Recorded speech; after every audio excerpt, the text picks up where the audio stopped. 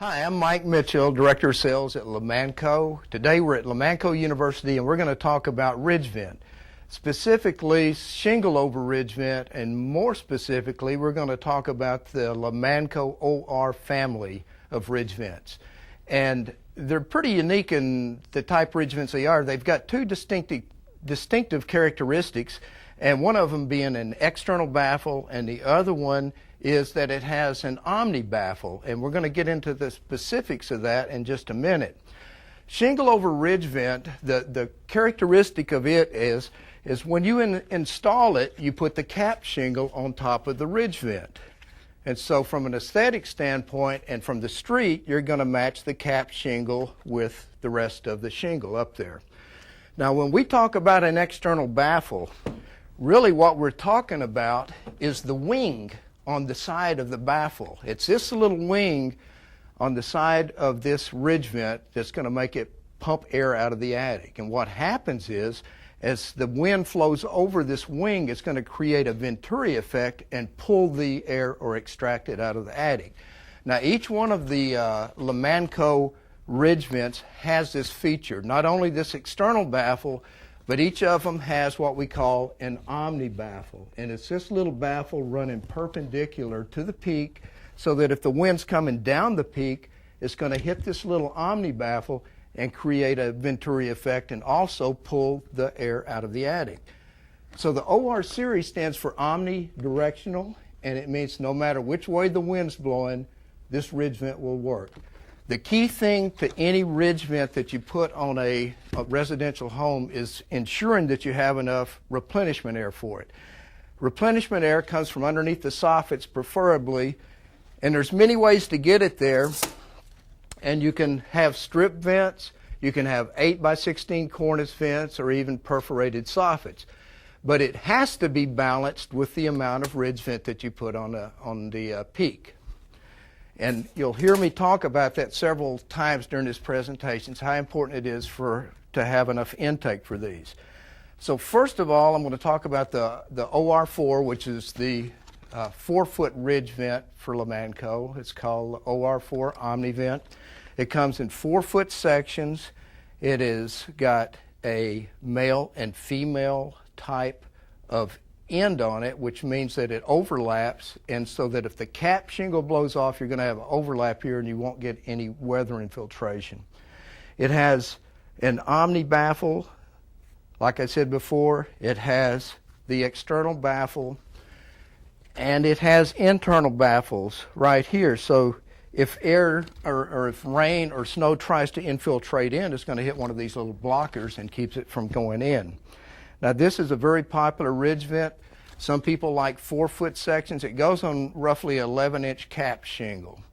And it will also work on any type of metric shingle also. Now the other 4-foot stick that Lomanco manufactures is called the LOR 9-4.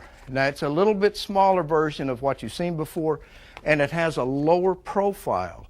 Where this one, the OR4, the way you attach it to the roof deck is with like a 2-inch nail minimum.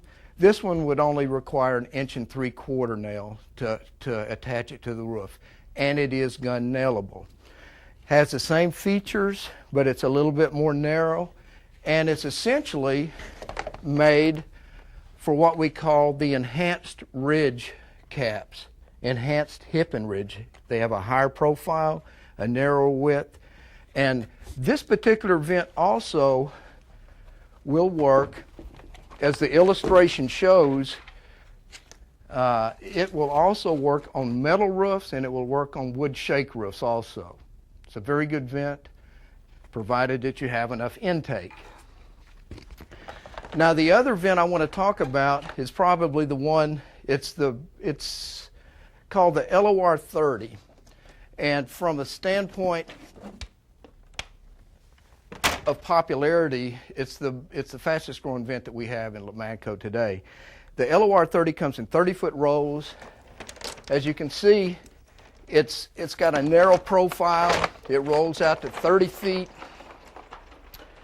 We also provide 1 3/4 nails within the package, enough to attach the Ridgevent to the decking, and also enough nails to put the cap shingles on. The 30-foot roll is essentially about 2 bundles of cap shingles. The unique features of this vent is that you can cut it in 1 foot increments because I have an end cap built in every 1 foot. And so this, if you have a house that is really cut up and chopped up as far as a lot of gable vents and dormer vents and things like that, you can cut it to length, you have an end cap, and you really won't get any waste. A very good vent.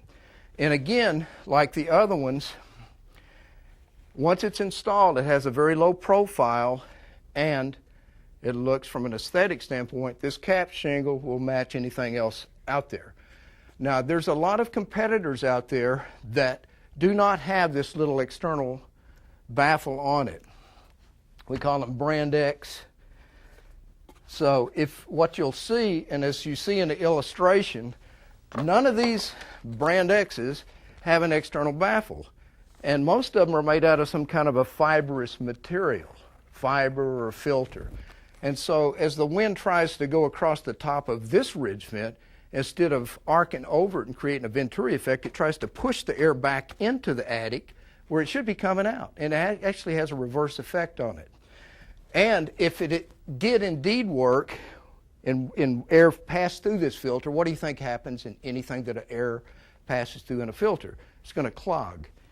Same thing with this one. Another manufacturer, no external baffle, and yet it's got a little membrane, which that air has got to try to get out of. It's virtually impossible. I want to illustrate the engineering that actually went into this product. The person that designed this product actually came out of the aerospace industry, and he understood a lot about airflow and making sure you didn't have any flat surfaces on it, essentially like an airplane foil. You don't see flat wings on an airplane. You always see curved surfaces. The same thing with these internal baffles. The curved baffles actually helps the air speed up as it's being extracted. So a lot of engineering went into this. We actually, through the feedback of roofers, actually put cut lines on here to show whether it's a ridge pole or a truss combination and how wide to cut it. We also have nail lines on here where you can show where you attach it to the decking. We actually have some X's and standoffs. If somebody wanted to hand nail it, they can, but we put the nails in there where they can gun it. It's an 1 3/4 nail.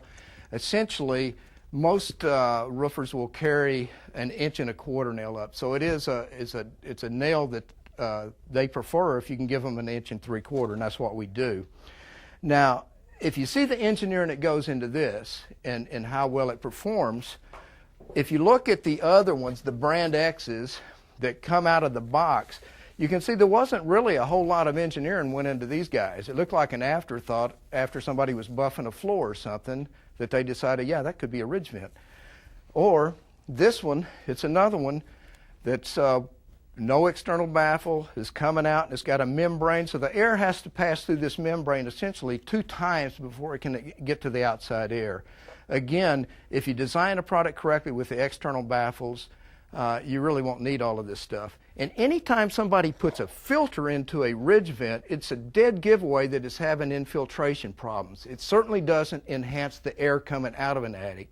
It could only impede it getting out, in or out. So essentially, if you design one correctly, you don't need a filter. None of the Lomanco products that I just mentioned, the 9.4 or the OR4 or the LR30, need filters. They will extract air without those.